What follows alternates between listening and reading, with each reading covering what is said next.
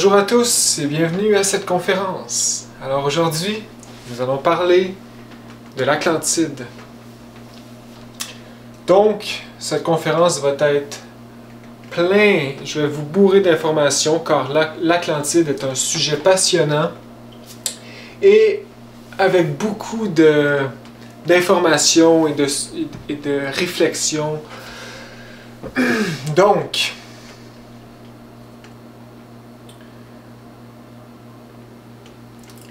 alors, l'information à propos de l'Atlantide abonde dans ce monde, mais de façon chaotique et où nous ne pouvons trouver la vérité.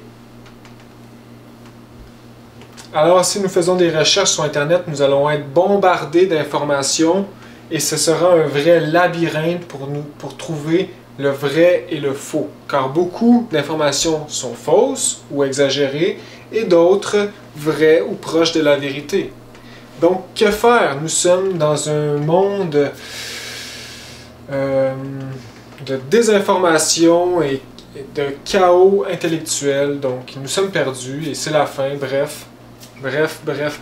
L'Atlantide est au plus profond de notre subconscient, de notre inconscience à tous et ressort de façon chaotique.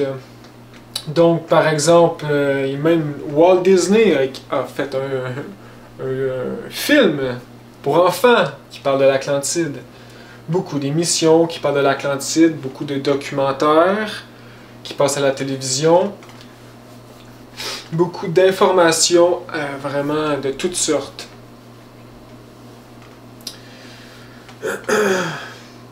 Donc voilà, c'est en fait c'est parce que c'est dans le plus profond de nos souvenirs. Parce que l'Atlantide a réellement existé. Et c'est des réactions de notre subconscient qui nous apportent à ces grandes vérités cachées.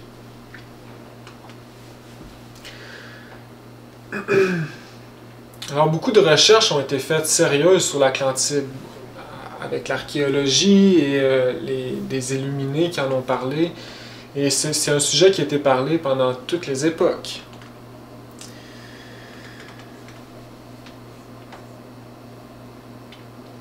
Donc, comme je répète toujours, nous sommes en évolution. Alors, si nous retournons de plus en plus dans le passé de notre race, les consciences étaient toujours de plus en plus éveillées. Alors, juste, il y a environ, on pourrait dire, de 50 à 150 ans, l'humanité était déjà plus éveillée, plus ouverte à ces choses et à ces mystères. Et les archéologies qui ont été faites avec les nouvelles technologies, quand l'électricité commençait, les appareils photo, les machines d'excavation, les bonbonnes d'oxygène pour sous l'eau, il y a environ 100 ans, l'archéologie a vraiment fait un pas vers l'avant avec toute cette technologie. Et en même temps, les recherches archéologiques étaient donc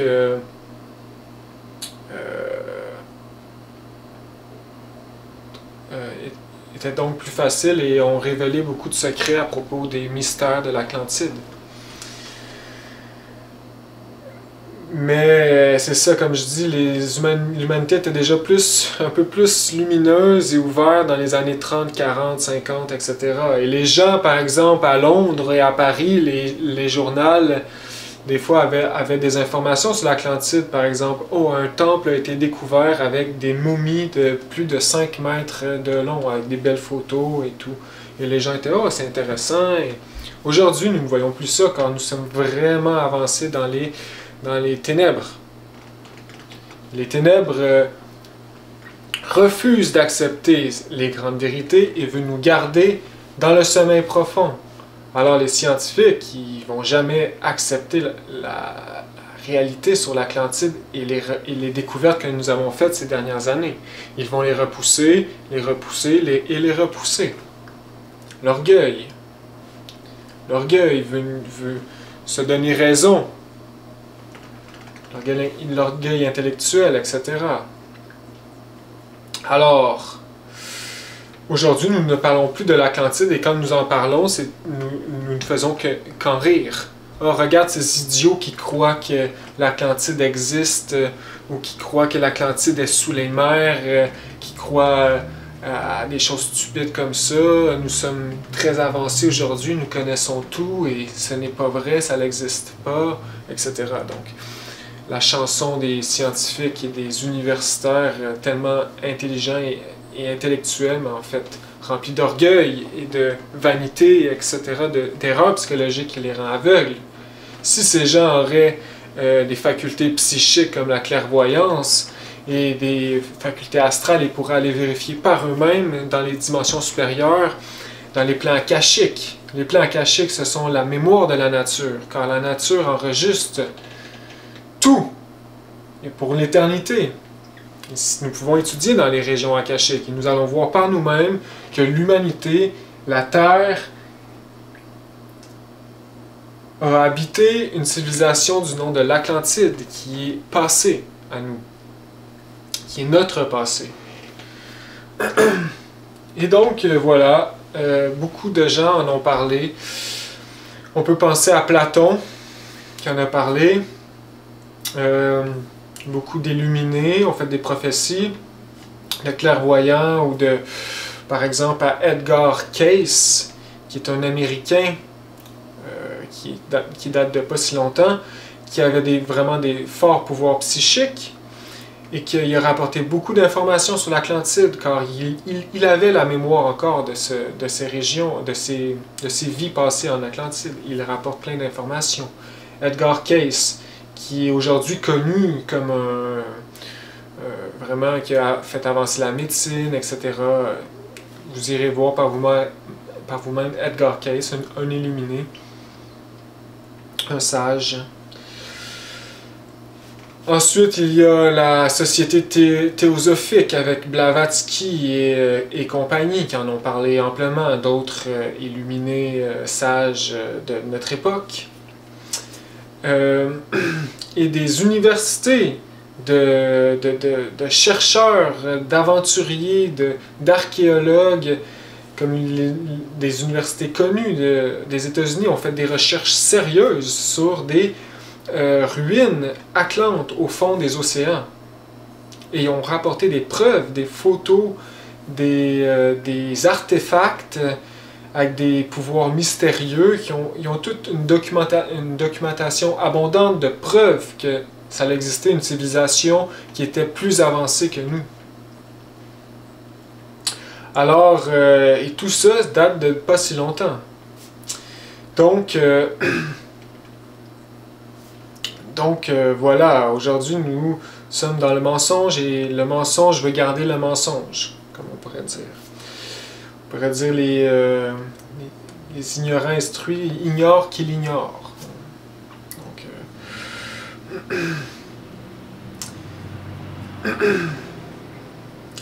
alors, la personne qui a apporté vraiment des informations concrètes, la seule personne, la source d'information pure que nous avons sur l'Atlantide aujourd'hui, c'est le maître Samael qui l'a apporté. Et donc, si vous voulez faire des recherches sérieuses sur le sujet de l'Atlantide, eh bien, partez vos recherches à partir du maître Samael et élaborer, et vous pouvez aller explorer sur Internet, mais toujours avec les fondations du maître Samael. Le maître Samael, je répète, il a éveillé sa conscience. Et il s'est rappelé de toute sa vie, il a rapporté les clés pour que nous fassions le chemin par nous-mêmes. Et donc, les clés, l'Atlantide fait partie des clés, car nous devons savoir connaître nos origines. Donc, il a apporté l'anthropologie, toujours basée sur les vestiges des cultures anciennes, et les religions, et les grandes civilisations. Donc voilà. Le maître Samael, c'est la source la plus sûre à propos de l'Atlantide. Il se rappelle de ses vies en Atlantide et il raconte tout à propos de ce continent, de cette civilisation. Donc voilà, beaucoup de choses ont été découvertes à notre époque qui ne sont pas à jour et j'ai parlé un jour à un de mes amis gnostiques qui disait que si la Deuxième Guerre mondiale, elle aurait bien tourné, en voulant dire que si Hitler, par exemple, aurait été un illuminé, un mage blanc, etc., il aurait réuni la Terre sous un seul drapeau et instauré la gnose universelle, eh bien, nous aurions aujourd'hui, dans les universités et dans l'histoire, nous étudierons l'Atlantide comme un fait concret. Donc, on pourrait dire que notre civilisation, elle a passé à 1 millimètre près d'accepter la réalité de l'Atlantide. Donc, l'Atlantide, en fait, qui était une civilisation passée. Alors, pour faire une récapitulation de mon autre conférence, nous avons dit les 7 races que la Terre va habiter, recevoir en cette création.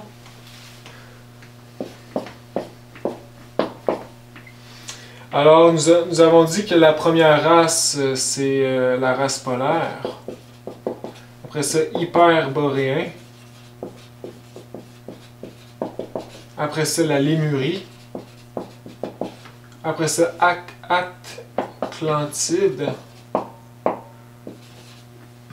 Après ça, la Aria. Et la prochaine qui s'en vient dans le futur, c'est Coradi. Donc, nous sommes la race Aria aujourd'hui, c'est ce que j'ai expliqué dans mon autre vidéo. Et nous nous situons à la veille de la grande catastrophe qui va y mettre fin juste ici. Alors, une nouvelle race s'en vient que nous ne connaissons pas encore, mais qui se prépare en ce moment, dans les mondes internes et sur Terre. Et les 2 autres prochaines races, nous ne les connaissons pas encore, mais nous connaissons bien sûr notre passé, parce que c'est le passé, ça existe. Ça a existé. Alors, notre race vient de l'Atlantide. Donc l'Atlantide se situe entre notre race et la Lémurie.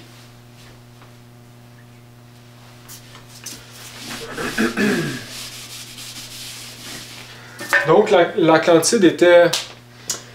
Il y a des cartes aujourd'hui qui se trouvent comme le Maître Samael dans les temples en Himalaya, mais il doit y avoir des cartes partout cachées de l'ancien continent Atlante.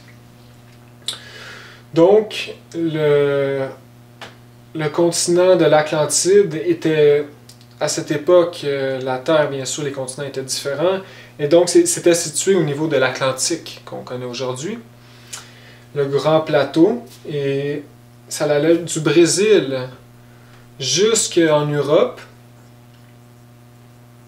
et on sait que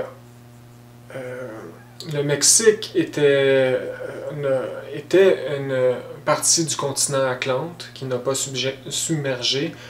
Maroc aussi, le sud de l'Afrique aussi n'a pas tombé dans l'océan. L'Europe était sous l'océan, l'Amérique du Nord était sous l'océan, c'était des océans à ces endroits. Et voilà, la configuration de la Terre était différente. Et donc voilà, il y a eu une catastrophe finale qui a fait sombrer le continent par des tremblements de terre immenses, des volcans et vraiment des catastrophes, on dit transpalmiennes, donc une catastrophe immense qui a fracturé les continents. Et l'Atlantide a sombré à 3000 mètres aujourd'hui sous l'océan Atlantique. Donc, sous l'océan Atlantique, aujourd'hui, il y a des villes, des pyramides, des statues, des routes, des voitures, des objets, des cadavres, des vestiges de l'ancienne civilisation.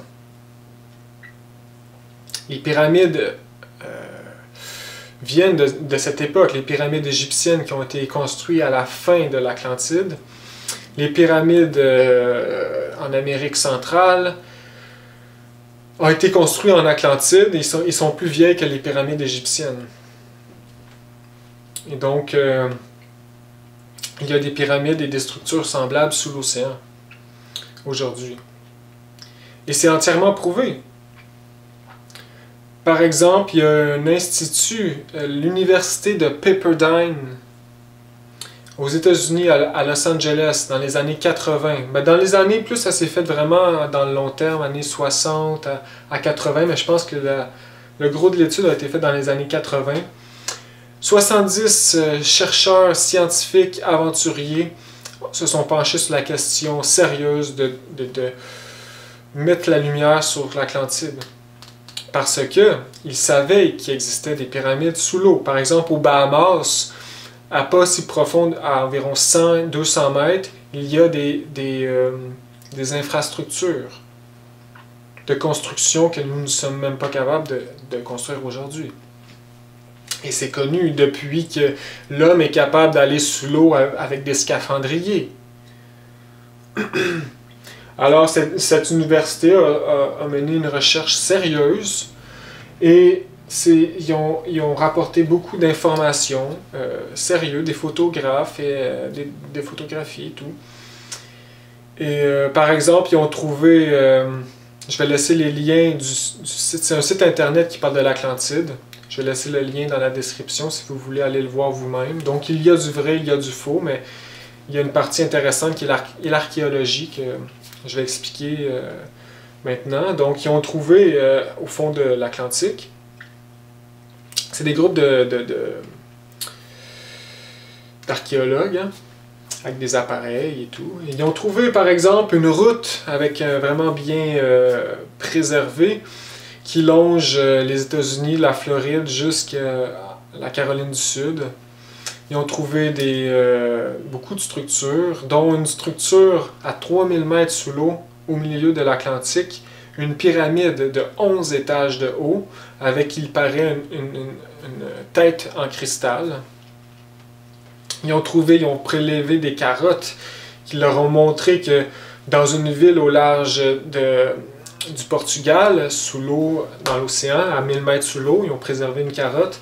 Puis ils ont prouvé que dans la carotte, il y avait des végétations qui ne sont pas supposées d'être dans l'eau. Donc qui étaient à l'air à une autre époque. Ils ont trouvé des dômes, des pyramides, des colonnes, des statues. Au large du Bahamas, il y en a beaucoup. Et dans le triangle des Bermudes, des Bermudas.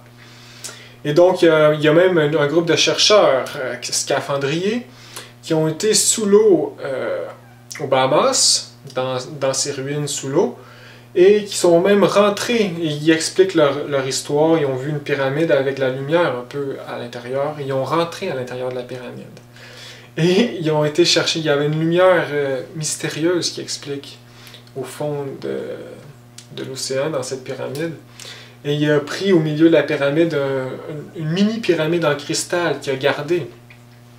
Et puis, cette petite pyramide de cristal avait des effets paranormaux quand il l'a rapporté chez lui. Et plein d'artefacts du genre qui ont été trouvés, par exemple des crânes en cristal qui ont étudié puis qui ont prouvé que c'est impossible à créer avec nos appareils d'aujourd'hui. Ils ont trouvé, par exemple, dans des mines à plus de kilomètres sous terre, des ustensiles, des verres avec une fourchette sous terre à 1 kilomètre. Ils ont été trouvés aussi dans des catacombes, beaucoup de momies et de cadavres momifiés de plus de 5-6 mètres de haut, des géants en fait. Ils ont trouvé aussi sur les momies, par exemple, des vêtements machinés. Donc voilà, c'est abondant. Par exemple, il y a l'œil de l'Afrique, qui est aussi un des vestiges d'un cataclysme, Atlante, etc. Il y a aussi des trucs paranormaux de formation de minéral, etc. Donc, il y a beaucoup d'informations. Et le maître Samael dit qu'il existe, par exemple, dans le désert de Gobi, des grottes et des endroits, ceux-ci protégés par des élémentaux, des gnomes, donc l'archéologue ne pourrait pas le découvrir parce qu'il se ferait tuer. Pareil comme les momies vivantes en Égypte qui sont protégées. Les momies mortes, eux autres, c'est nous qui les découvrons et c'est pas grave, c'est pas important. Donc il existerait dans le désert de Gobi des endroits où il y a des machines atlantes, par exemple des voitures amphibiens qui volent des vaisseaux et des appareils atlantes cachés dans ces grottes, qui dit qu'ils vont ressortir pour la prochaine humanité. Donc, donc j'ai laissé des liens en dessous et beaucoup de choses ont été prouvées que ça existe. Donc voilà, c'est vraiment que l'humanité est dans les ténèbres tellement profondes qu'elle nie des choses évidentes comme ceci. Donc voilà, nous sommes rendus à ce point dans l'ignorance. Donc,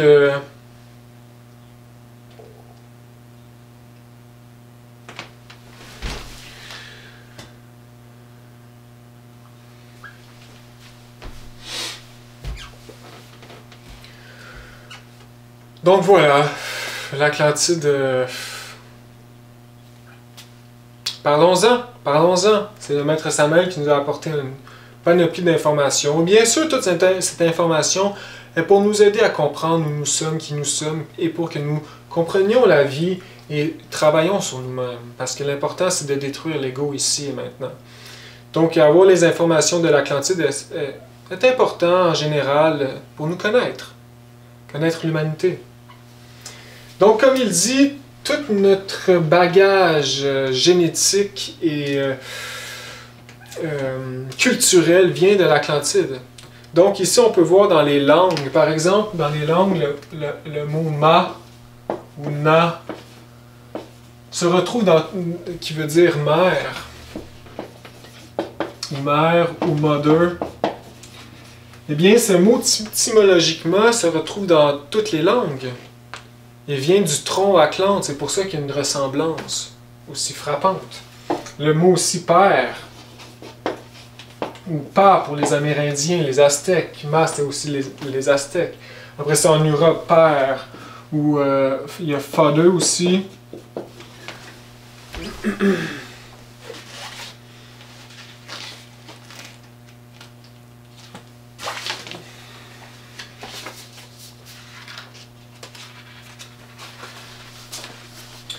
Il y a le father et aussi le vater allemand, fader suédois, padre espagnol, pa ou ba c'est amérindien. Donc ici on peut voir encore les ressemblances des langues. Il y a le... Qu'est-ce qui veut dire Dieu? Donc il y a le Dieu français. Il y a le Dios espagnol, donc latin. Il y a le Deus, c'est latin en fait, ça vient du tronc latin. Hein? Il y a le Tao, chinois. Il y a le Théos, grec. Il y a le Teotl, Nahuac ou Aztèque. Donc encore là, on peut voir des ressemblances d'une tribu à l'autre, d'une civilisation à l'autre, qui montrent que toutes les langues viennent d'un tronc commun. Dans toutes les cultures, que ce soit amérindienne, de tribus africaines, de chinois, dans toutes les cultures, il y a une partie dans leur histoire qui a eu une catastrophe. Et avant la catastrophe, une grande civilisation. Dans toutes les ressemblances des religions aussi. La bête qu'il faut tuer,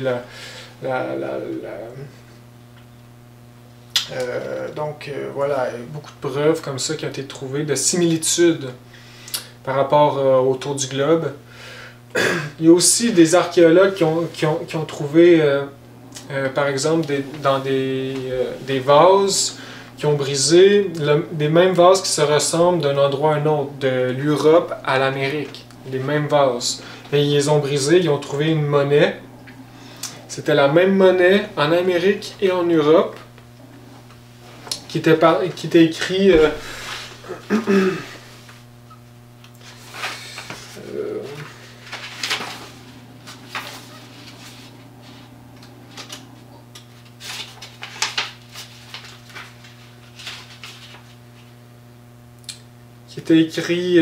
c'est Paul Schliemann, le trésor de Priam, dans des vases. C'est marqué sur la monnaie du roi Chronos de l'Atlantide. Et en Amérique centrale, à Tlahuanca, Naka, le même trésor que Priam, avec la même monnaie, qui était marqué aussi sur la monnaie, émis dans le temple au mur transparent. Donc, c'était marqué, c'était la monnaie en fait, Atlante, fédérale Atlante.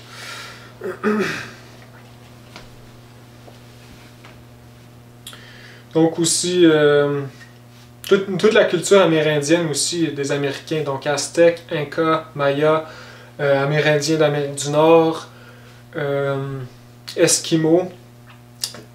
La science aujourd'hui dit que c'est les singes qui ont passé par le détroit en Alaska puis qui ont tous colonisé l'Amérique, mais c'est faux. En fait, ils viennent de souches atlantes directement.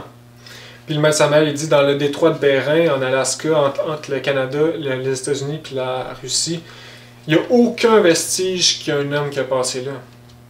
Donc, ça prouve qu'il n'y a personne qui a passé là. Donc, c'était juste un peu des survivants de l'Atlantide, de la catastrophe qui a formé les Indiens d'Amérique.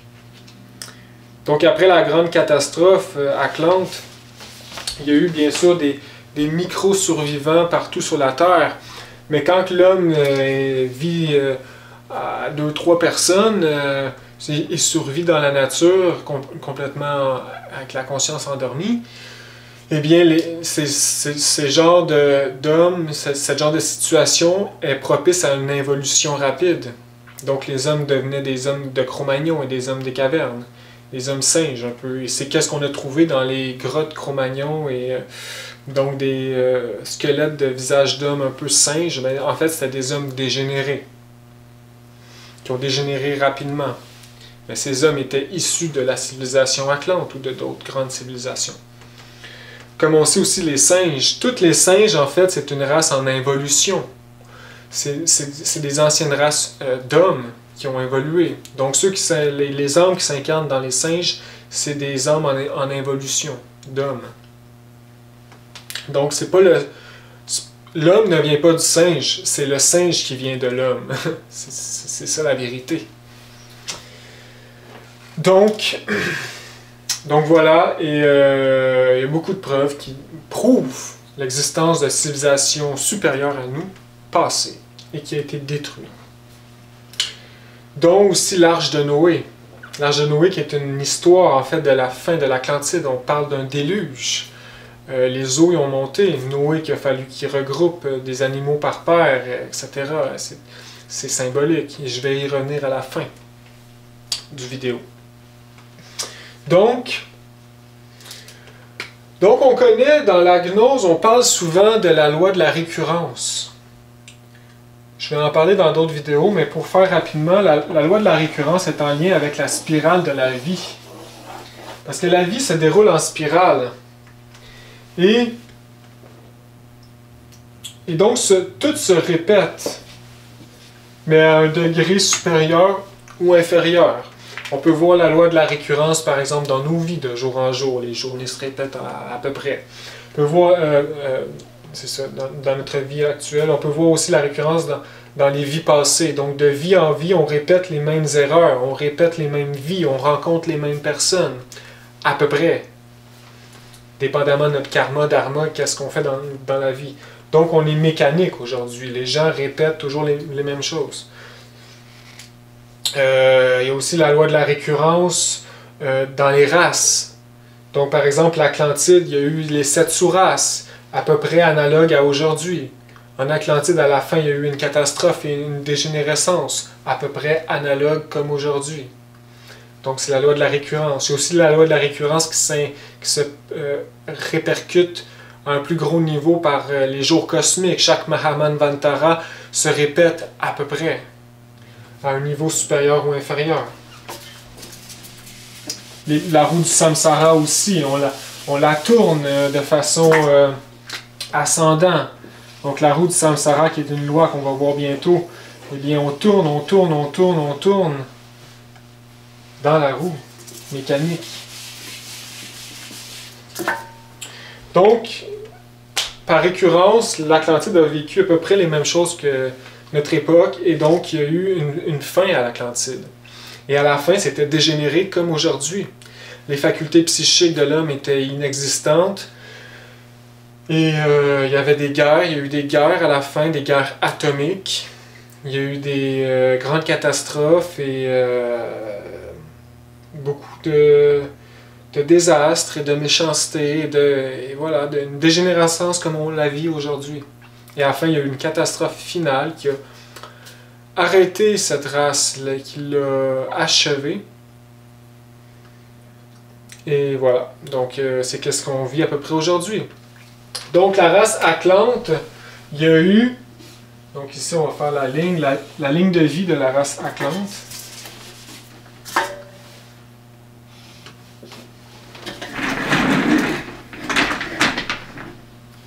Donc avant la race Atlante, c'était la Lémurie, comme on vient de voir. Qui est une autre race qu'on va parler dans le prochain cours. Et la race après, la race Atlante, c'est nous, Arya. Donc l'Atlantide était ici. Ligne de vie, la fin, la grande catastrophe Lémurie. Alors, par récurrence, il y a eu les 4 saisons aussi. Donc, les saisons d'or, argent, cuivre et fer. Les saisons printemps, été, automne, hiver et la loi de l'évolution, involution. Donc, au début, en Atlantide, c'était très lumineux. C'était une grande... En fait, l'Atlantide, ça a été une civilisation grandiose. Une civilisation réellement titanesque. Comme le maître Samael il dit, nous n'arrivons même pas à la cheville de ce qu'ils ont fait eux autres. Donc, dans toute leur vie, ils ont été plus que nous.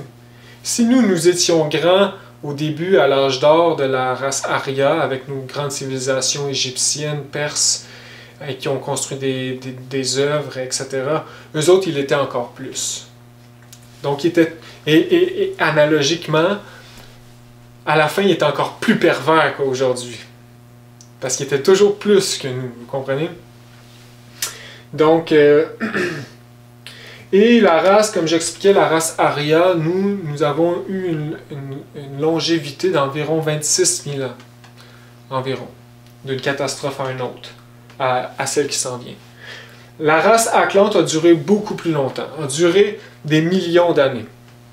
Le maître Samael ne dit pas le temps environ. Il parle à peu près des catastrophes, 800 000 ans, etc.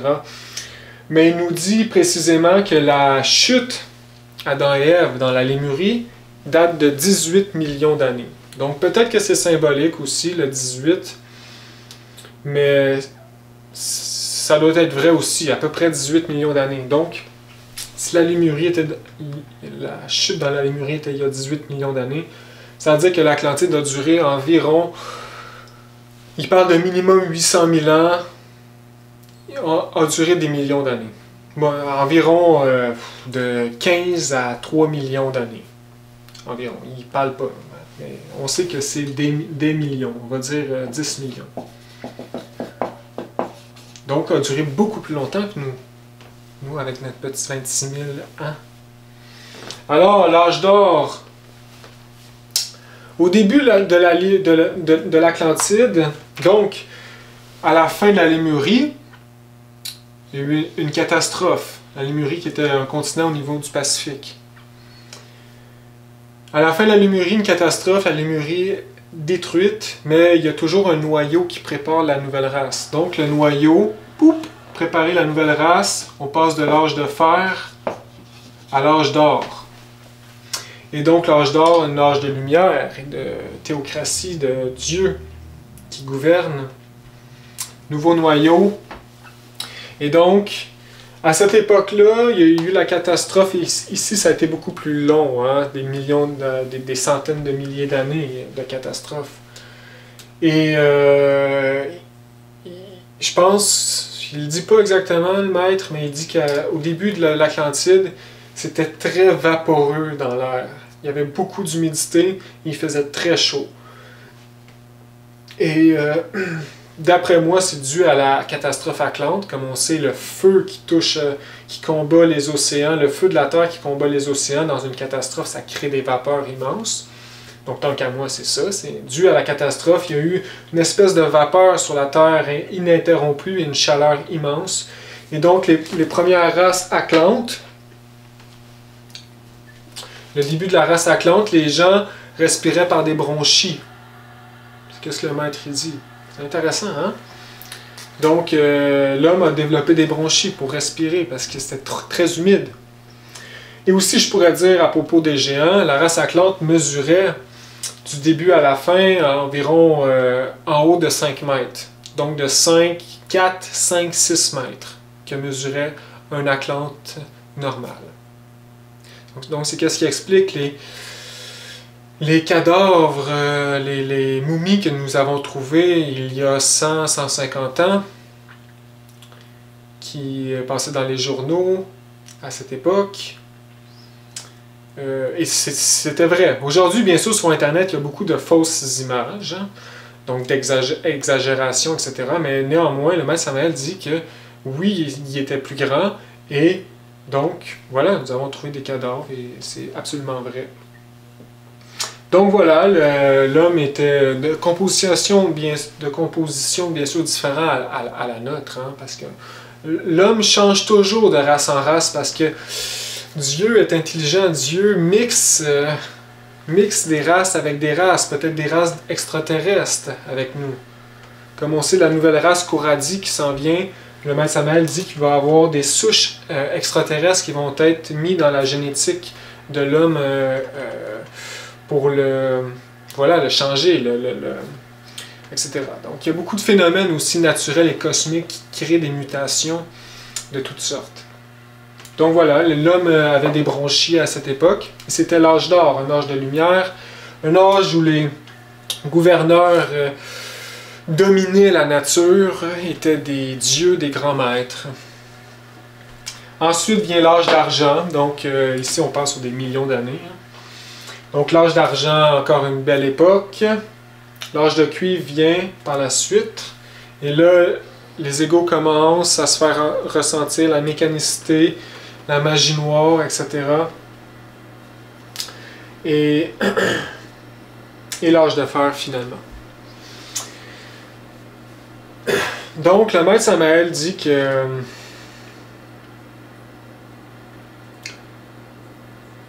c'était vraiment une civilisation avancée. Hein. Il n'avait pas perdu en général pendant toute l'Atlantide. L'homme avait la clairvoyance et les pouvoirs psychiques, la clairaudience éveillée.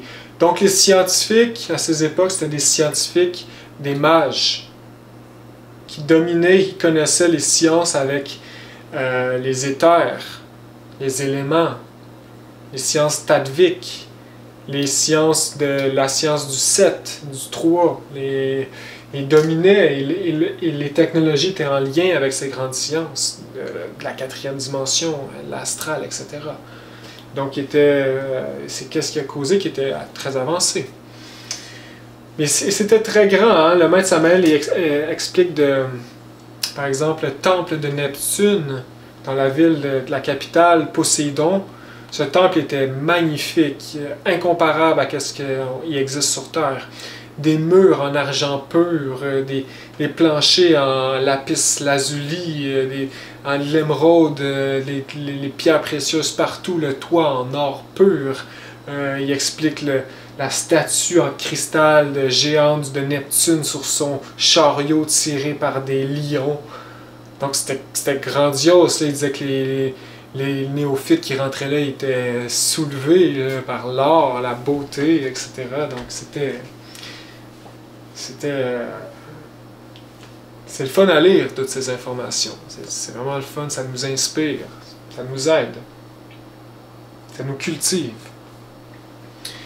Ainsi donc, l'Atlantide a eu une grande technologie et à la fin, une grande dégénération aussi. Donc, donc ces scientifiques, ces mages, etc., vu que c'est la fin et les péchés capitaux, la loi a été n'a pas été respectée, donc le karma. Et donc c'était la magie noire à cette époque. Et toute la magie noire qu'on connaît aujourd'hui vient de l'époque atlantide. Tous les rituels noirs et les procédés viennent de l'Atlantide. Parce qu'ils ont été vraiment loin dans leur magie noire. C'était des mages très pervers et ils avaient conscience de ce qu'ils faisaient. Ils avaient les pouvoirs psychiques. Donc ils savaient l'énergie sexuelle que c'est la base, le fondement de toute la force. Donc ils l'utilisaient de façon négative et ils faisaient vraiment beaucoup de mal. Et par exemple, il existait des mantras seulement pour détruire l'ennemi et aussitôt que le mage prononçait le mantra, l'ennemi en face tombait raide mort. Il existait des sorciers qui créaient par la force de leur mental des créatures horribles, des golems qui cristallisaient avec leur volonté et qui nourrissaient de sang. Et ces créatures étaient créées comme ça, c'était des vrais monstres, là, comme on voit dans les films et les jeux vidéo. Et ils lançaient ces créatures-là dans les guerres, et c'était des genres de loups monstres qui détruisent tout, là. Et voilà, il y a eu par exemple, Catébel, c'était une reine qui a créé une dynastie horrible et qui a vécu des milliers d'années parce que cette reine de magie noire avait des scientifiques et prenait des enfants, des jeunes enfants, et qui les crucifiait au nom de Dieu, au nom de elle, et en fait qui apportait après ça les cadavres dans des laboratoires, et les scientifiques savants, mages, étaient capables de prendre les glandes endocrines et leurs pouvoirs éthériques et les transférer à Catébel pour qu'elle garde une jeunesse éternelle en sacrifiant des gens comme ça. Et ensuite, le maître Samael dit qu'il lançait les cadavres à la foule, et la foule fanatique, frénétique, dévorait les cadavres. Donc, le maître Samael parle de beaucoup d'histoires à propos de l'Atlantide, de choses terribles. Il y avait eu beaucoup de magie noire à la fin, des catastrophes. Et c'est qu'est-ce qui a causé aussi l'effondrement du continent. Parce il dit que l'énergie sexuelle est en lien aussi, n'est pas juste une énergie dans nos glandes sexuelles, est en lien avec tous les atomes de notre corps, toutes nos cellules et tous les atomes de la planète. Et donc cette magie noire a créé des volcans et des éruptions et a fait sombrer cette civilisation-là, même si elle aurait sombré, évidemment. Donc, il y a eu des guerres atomiques.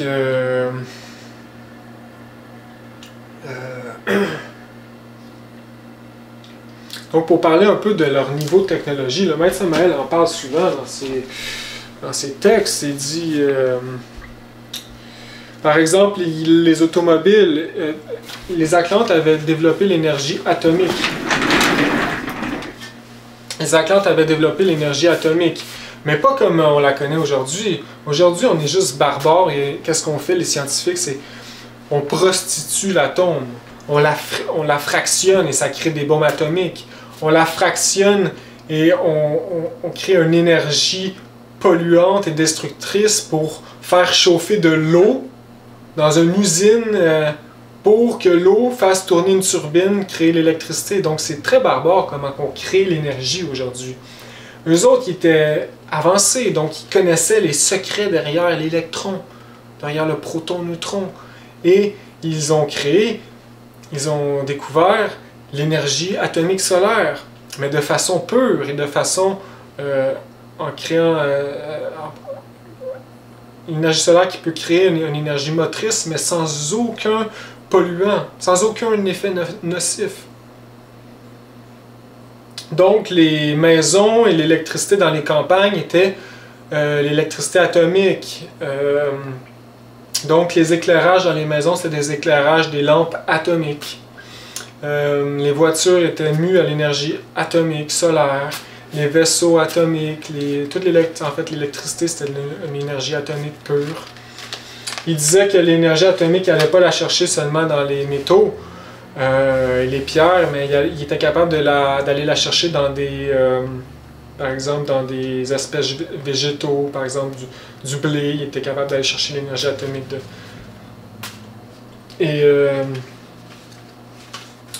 Et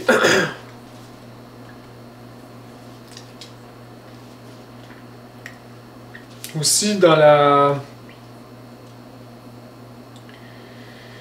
médecine, il était très avancé, donc il connaissait tous les corps internes et tout, et il était rendu à le point le plus avancé de technologie dans la médecine il était capable de transplanter des cerveaux.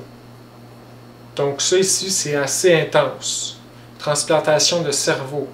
Ça veut dire que à ma mort, ils enlèvent mon cerveau, ils le mettent dans un autre corps, puis je continue à vivre.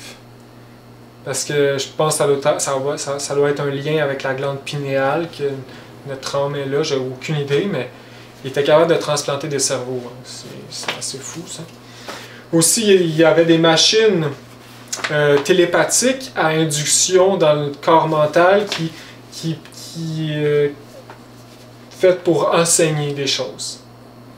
Fait que tu t'en vas dans la machine, tu mets ton petit DVD Kung Fu, tu pèses play, puis là tu restes une heure dans la machine, puis là tu sors de la machine, tu connais le Kung Fu, là. Tu sais, là, comme dans la Matrix un peu, là. Download. Ici, download l'information intellectuelle de même, pow, dans une machine. Il y avait aussi une machine pour j'imagine, la construction de lévitation. Donc, un petit appareil dans la main, il peut lever des pierres de centaines de tonnes et pouf, construire des pyramides. Ça l'explique aussi beaucoup de vestiges archéologiques aujourd'hui, qu'on regarde les pierres et qu'on fait, mon Dieu, même nos meilleurs grues ne seraient pas capables de lever une pierre comme ça. Les animaux étaient différents, la faune, la flore différente.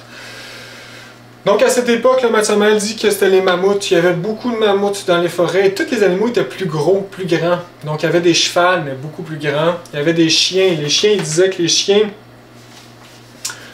servaient en général pour protéger les demeures et les terrains, les maisons. Et les chiens mesuraient environ 2-3 mètres de haut.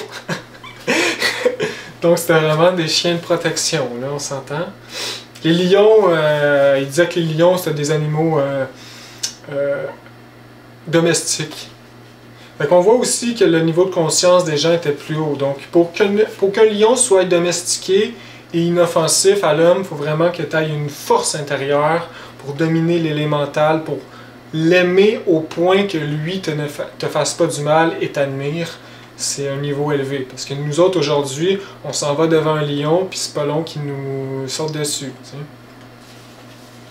Ça fait penser aussi le livre La vie des maîtres, un maître qui arrive, puis il y a un tigre qui le suit comme un animal domestique. Donc c'est ça les mammouths. Les dinosaures, maintenant, les dinosaures qu'on trouve les ossements, le tyrannosaure Rex et tout ça. Donc, peut-être que c'était en Atlantide aussi. Parce que l'Atlantide a duré des millions d'années quand même. Fait qu'il a sûrement dû avoir une évolution, un changement, une mutation d'animaux. Hein, on sait jamais. Mais peut-être aussi que c'était en Lémurie. Mais les dinosaures, c'était environ... Moi, tant qu'à moi, je pense que c'était en Atlantide. Parce qu'il y a aussi une légende que le Matsumael parle de la légende du dragon. Qu'il existait un lézard en Atlantide qui pouvait voler. Et c'est qu'est-ce que les maîtres donnaient comme un peu le serpent qui vole un peu, là. Le serpent volant. Un symbolisme de l'éveil de la conscience. Qu'est-ce qui a donné le dragon aujourd'hui?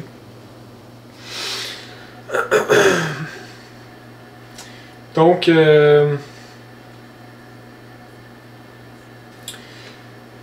y avait des vaisseaux à la fin. Le maître parle qu'il y avait des vaisseaux. Lui, il allait s'asseoir dans les petits restaurants. Puis il regardait le port de vaisseaux spatials avec des vaisseaux qui interplanétaires. Les Atlantes ont été capables à la fin de se rendre sur d'autres planètes avec des vaisseaux spatials mus à l'énergie atomique. Il y avait aussi des robots qui ont fait des guerres avec ces robots-là. Mais ils ont aussi j'imagine qu'au début, ces robots-là servaient à servir des familles et des maîtres. Donc, c'est des robots, en fait, qui construisaient, et puis il y avait un type d'élémental supérieur de la nature, donc les élémentaux, qui étaient capables de mettre à l'intérieur du robot, et ça faisait que le robot avait une intelligence. Et le robot pouvait, par exemple, avertir des dangers qui s'en venaient pour son maître, ou voilà, c'était intelligent, c'était un élémentaux, ça donnait une libre action à un élémentaux dans un robot. Et il dit qu'ils ont fait des guerres avec ces robots. À la fin, ils les envoyaient se battre, etc.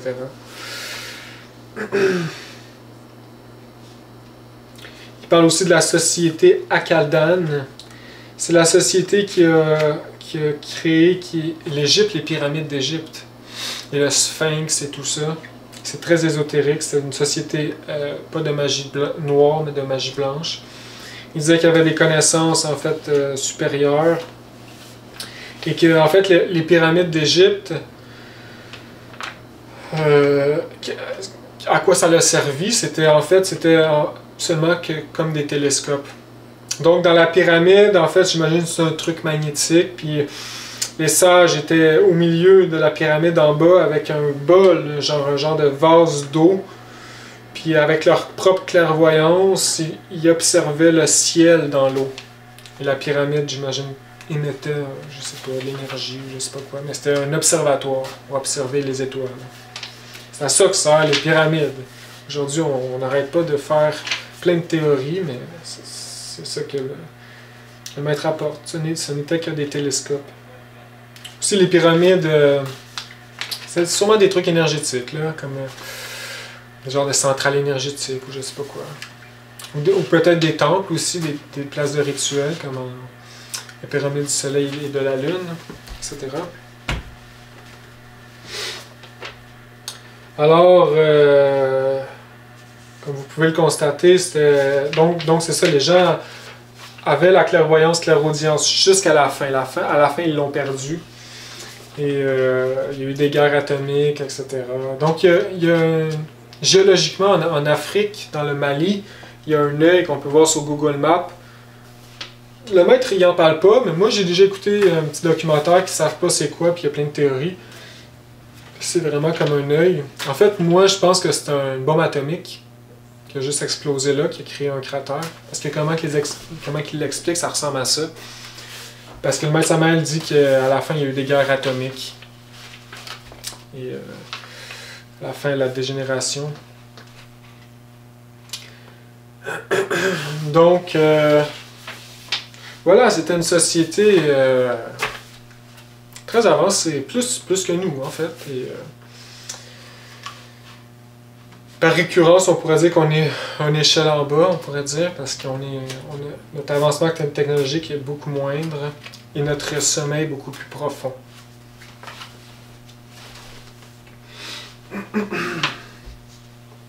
Aussi, il y avait un métal encore plus précieux que l'or, qui était auricalcum.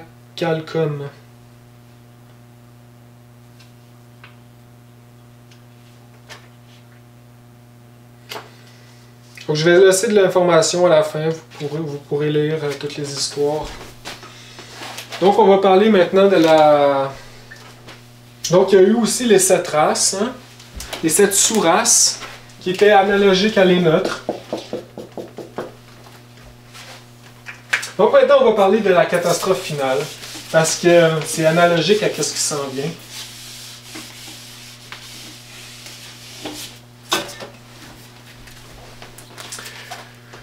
Donc Noé, et là maintenant on va parler du sujet du Noé. En fait, Noé, c'était un grand maître qui a eu une mission à la fin de l'Atlantide de regrouper un groupe d'hommes et de femmes sincères, prêts à travailler sur eux-mêmes, éveiller leur conscience.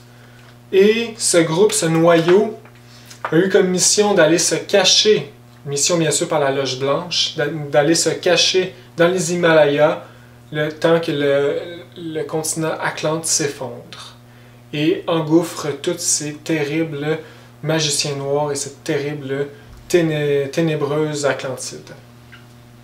Donc c'est qu'est-ce que le Noé le symbolise dans la Bible du Noé. Donc Noé, en fait, on le connaît sous le nom de Vaivaswata. Donc Ad Manu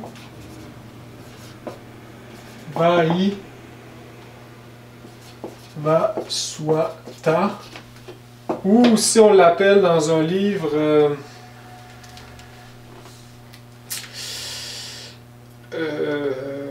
Noenra.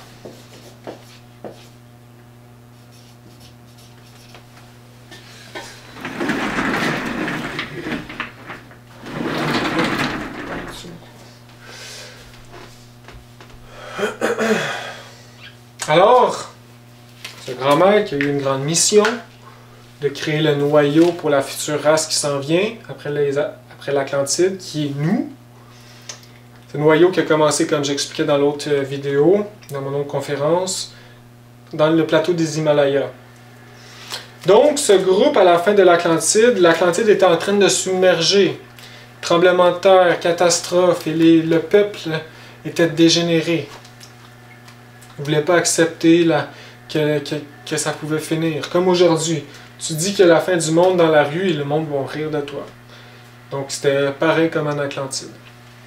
Et donc, le groupe Noé qui a créé son groupe a eu comme mission aussi de partir, mais il y avait d'autres missions aussi, comme par exemple, il fallait qu'ils détruisent tous les vaisseaux spatiaux, les grosses navettes, pour pas que les méchants, les présidents, ceux actuels avec le pouvoir, s'enfuient de la catastrophe. Donc, il a envoyé des robots qui contrôlaient lui-même détruire ces vaisseaux avant la catastrophe, et quand la catastrophe elle arrivait, eh bien les méchants ils ont été à leur vaisseau puis c'était tout détruit. Donc ils n'ont pas pu s'enfuir, ils ont péri dans le fond des mers. Mais aussi ils ont couru après Noé parce qu'ils se sont rendus compte qu'il y a un petit groupe d'élus qui s'en va se cacher, donc ils ont essayé de les tuer. Et le maître Samuel dit qu'ils en ont tué quelques-uns. Ils ont réussi à tuer quelques-uns du groupe de ce maître, du noyau du futur. Donc voilà le Noé biblique. L'arche de Noé, en fait, c'est l'arcane Noé. Donc l'arcane, le grand arcane, arcane qui veut dire secret, c'est la magie sexuelle, c'est les trois facteurs. La mort psychologique et la magie sexuelle, c'est ça l'arcane, le grand arcane, l'arche de Noé. Et les animaux en paire, bien c'est les couples, c'est les mariages parfaits. Ce n'est pas des animaux, mais c'était des humains en paire. Donc c'était des mariages parfaits. Puis le déluge, eh bien le déluge, c'est le lit des mers qui change et les continents qui s'effondrent, etc. Et voilà, donc c'est la réalité, c'est la vraie vérité de l'histoire qui s'est passée du début de notre race. Et à la fin de l'Atlantide, les continents de l'Amérique ont sorti de l'eau, du fond des océans. Toute l'Afrique, l'Afrique centrale et du Nord a sorti de l'océan aussi. C'est pourquoi aussi on peut trouver dans l'archéologie, comme au Canada, en Alberta, on trouve beaucoup d'espèces aquatiques quand on creuse dans l'archéologie. Donc, c'est une ancienne mer, en fait, le Canada. Tout le plateau du Canada, le plateau central des États-Unis et du Canada, les grandes plaines qu'on appelle, c'était sous l'eau. Et plein de parties des continents qu'on connaît actuellement. Donc vraiment, il y a eu en très peu de temps une catastrophe transpalmier. La catastrophe, je vais l'expliquer dans les vidéos à venir. En fait, c'est une grosse planète qui va passer très proche et qui a changé le pôle de la planète avec son attraction magnétique et qui a créé le grand bouleversement, la grande catastrophe. Et cette planète, par une orbite d'environ 26 000 ans, revient actuellement. Ça, je vais l'expliquer dans une autre vidéo. C'est Hercolubus. Donc, voilà. Alors, à la fin, Noé a eu comme mission de créer le nouveau noyau qui a créé la race d'aujourd'hui. Et on peut dire que par récurrence, le nouveau noyau se crée aujourd'hui même, de la prochaine race qui s'en vient Coradi. Et ce noyau est créé, bien sûr, le Noé d'aujourd'hui, c'est le maître Samael. C'est le maître Samael qui est venu donner les clés pour les derniers efforts pour créer le noyau de la future race, qui est vous, moi et tous ceux qui travaillent dans les trois facteurs, tous ceux qui comprennent la gnose. Vous allez être les noyaux, vous êtes les noyaux de la prochaine race. Donc il faut continuer à travailler sur nous-mêmes, hein, faut pas lâcher.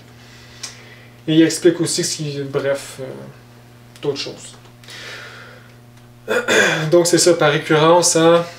Donc aujourd'hui, le noyau est en train de se former aussi. Il explique que dans les mondes internes aussi, le noyau se forme avec des extraterrestres, etc. Et dans le livre La Grande Catastrophe, il dit que donc une prémonition qui dit que l'endroit, ça va être une île dans le Pacifique, l'endroit où la future race va naître. Et il explique que les élus, ils vont voir la catastrophe devant leurs yeux, les volcans, les raz-de-marée. Et il dit aussi qu'il faut maîtriser la 4e dimension, donc pour être sauvé. Bien sûr, c'est logique parce qu'il va y avoir une destruction massive, physique, de feu. Et donc, si on n'a pas le corps, si on n'a pas les facultés de Gynos, bien, nous allons mourir. Donc, revenons à notre Noé. Ici, j'ai un beau petit texte. Le maître Samael a écrit un gros paragraphe à propos de l'Atlantide dans son livre La Révolution de Bel. Et c'est intéressant, le 3/4 du paragraphe, c'est sur la magie noire de l'Atlantide. Donc c'est important pour nous, gnostiques, de comprendre c'est quoi la magie noire, parce qu'on veut les connaître pour pas tomber dans sous leur enchantement. On veut les combattre, et pour ça, il faut connaître notre ennemi. Et donc le maître Samael parle beaucoup de la magie noire, et c'est très intéressant comme texte. Et à la fin, il parle de l'Atlantide. Il parle d'un grand mage, un grand combattant ténébreux.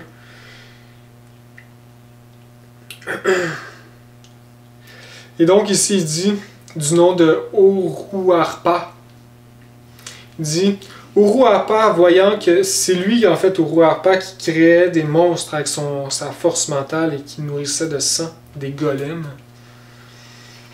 Tout ça, ces golems, on le voit aussi dans notre répercussion par rapport aux jeux vidéo. À notre époque, les jeux vidéo sont souvent en lien avec la magie des magiciens et comme le Seigneur des Anneaux un peu, et des combattants avec l'épée, des armures d'or et des pouvoirs magiques. Eh bien, on voit que ça a existé, ça vient de nos profondeurs du subconscient de l'Atlantide. On voit aussi beaucoup de films, hein, de chevaliers magiques, des dragons, etc. C'est encore une projection de notre subconscient. Donc on n'invente rien aujourd'hui. Alors, Uruarpa, voyant que le peuple l'adorait comme un dieu, donc là il dit avant, Uruarpa a conquéri, a fait tomber la cité aux 7 portes d'or, qui est, je crois, la capitale Atlante, Poséidon. Et donc, il a conquéri comme l'Atlantide, on pourrait dire, le magicien noir Uruarpa. Il dit, voyant que le peuple l'adorait comme un dieu, constitua une puissante armée et se mit à marcher contre Tolan, la cité aux 7 portes en or massif où régnait le mage blanc de l'Atlantide. Et vêtu d'acier avec le bouclier, le casque et l'épée, il combattait pendant des jours. Et il combattait pendant le jour et pendant la nuit. Il détachait ces bêtes et ces créatures ensorcelées qui attaquaient ses ennemis sous la forme de loups. C'est ainsi qu'il prit Tolan, la cité aux 7 portes en or massif, et Oruarpa se fit empereur de toute l'Atlantide et établit le culte du soleil ténébreux. Les choses en étaient là quand le maître Moria se réincarna, réunit une armée de soldats et se mit à marcher contre Uruarpa. Maître Moria, c'est un ange, un ange puissant des mondes supérieurs. Uruarpa, donc s'est réincarné à cette époque. Uruarpa lançait contre le maître Moria ses bêtes féroces que celui-ci dissolvait avec ses pouvoirs lumineux. Au fil de son épée, Moria fit le maître de Tolène, la cité aux 7 portes d'or massif, et tous les soldats d'Uruarpa tombèrent sous le couteau des forces de la lumière. Se voyant perdu, Uruarpa s'enferma dans une tour où il mourut brûlé, car les soldats du maître Moria mirent le feu à la tour. Mais les choses ne s'arrêtèrent pas là. Uruarpa se réincarna immédiatement, et lorsqu'il fut en âge, il réunit de nouveau son armée de guerriers et de sorciers, se remit en marche contre Tolène, et ne reprit pas la cité, mais établit trône contre trône. Alors les 4 trônes dirent à l'empereur blanc Noanra, qui est le Noé. Donc on pourrait dire la loge blanche dit à Noé: sortez de cette terre et allez au désert de Gobi. Partout où il y aura de la terre sèche, car Dieu va noyer cette terre. Noara obéit et sortit avec tout son peuple vers le désert de Gobi. Le peuple de Noaera était les tribus sémites primitifs qui avaient suivi le chemin de la magie blanche, et Uruarpa demeura seigneur et maître de l'Atlantide. Donc ça ici, c'est à la fin de l'Atlantide. Et puis dans un autre texte, il dit que, comme j'expliquais, Noé a eu comme mission de détruire les vaisseaux et de partir avec un groupe d'élus, former le noyau de la prochaine race, qui est nous. Et ainsi Hercolubus passa le karma, la justice, et détruit l'Atlantide, qu'aujourd'hui nous avons tous ces vestiges sous les mers. Donc voilà,